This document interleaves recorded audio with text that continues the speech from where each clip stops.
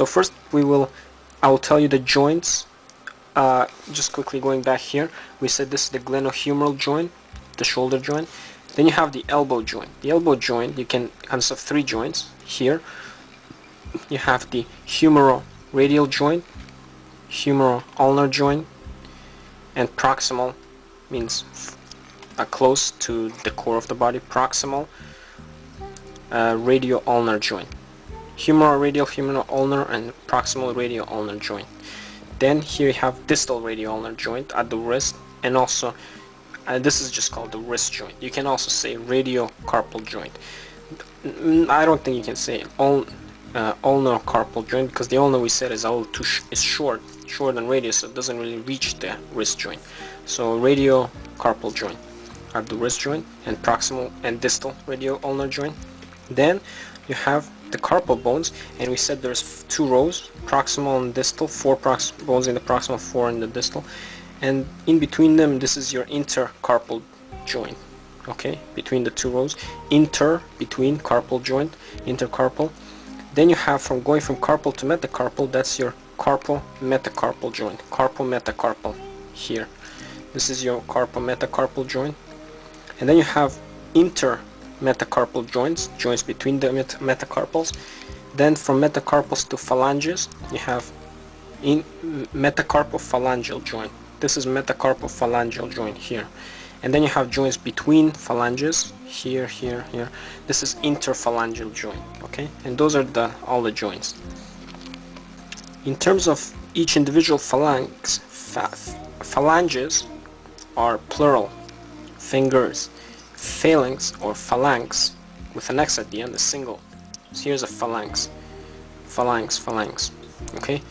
So, okay, the fingers, 2 to 5 have 3 phalanges. There's 3 here, and only 2 in the thumb. We call these, the first one, proximal phalanx.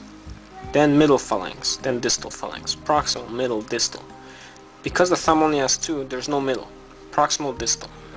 Then, now I will look at the carpal bones. So you have the first 4 proximal ones are called the scaphoid, lunate, triquetral, and pisiform.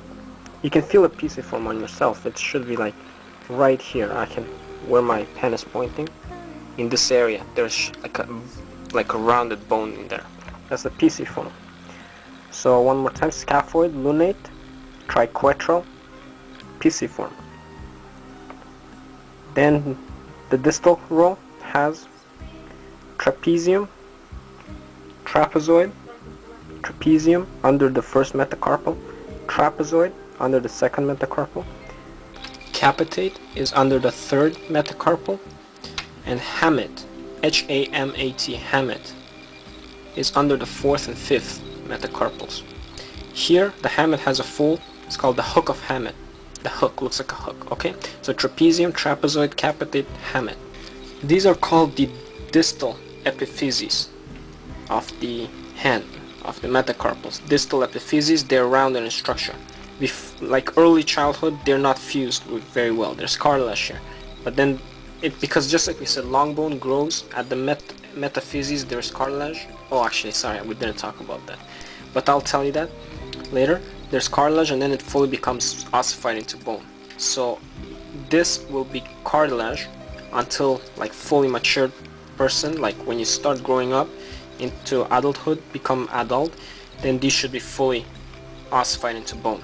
Otherwise there will be spaces here. There is cartilage, but you can't see it apparently because the x-ray goes right through it. Like bone stops the x-ray, so you see white, but the cartilage doesn't, so that it looks like there's empty space. But by the time you're adult, it should be white as well here, so there shouldn't be any space here.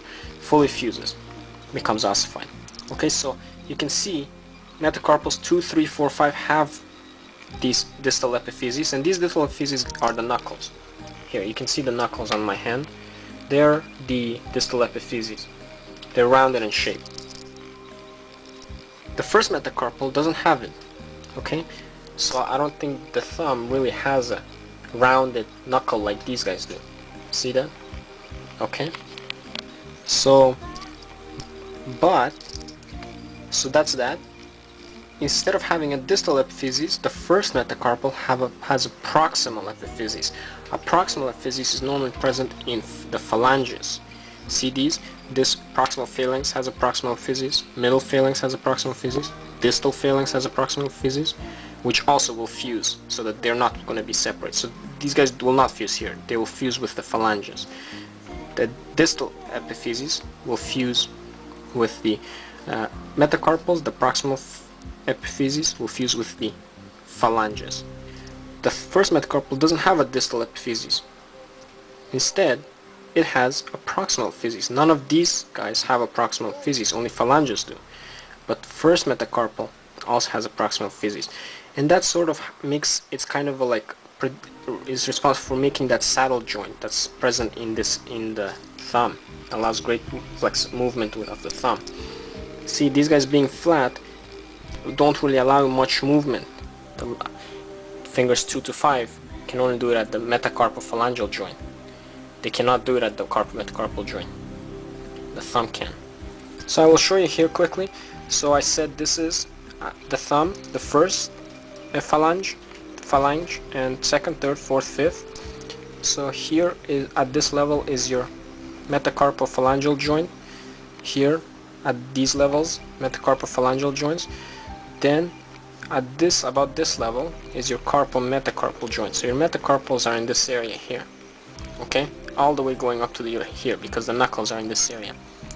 Then the wrist, so the carpal bones should be like in this area, and the saddle joint, which we said great flexibility of the thumb, it occurs at the carpometacarpal joint, the first one here. These guys don't have it, it's flat, but these guys have rounded, so there's lots of movement at the metacarpal phalangeal joint. Thumb, however, doesn't have that, it's flat here. Thumb can only go extension flexion at this level. Okay, so I hope that helps, and stay tuned. The next tutorial will be on the foot, on the skeleton of the leg and foot.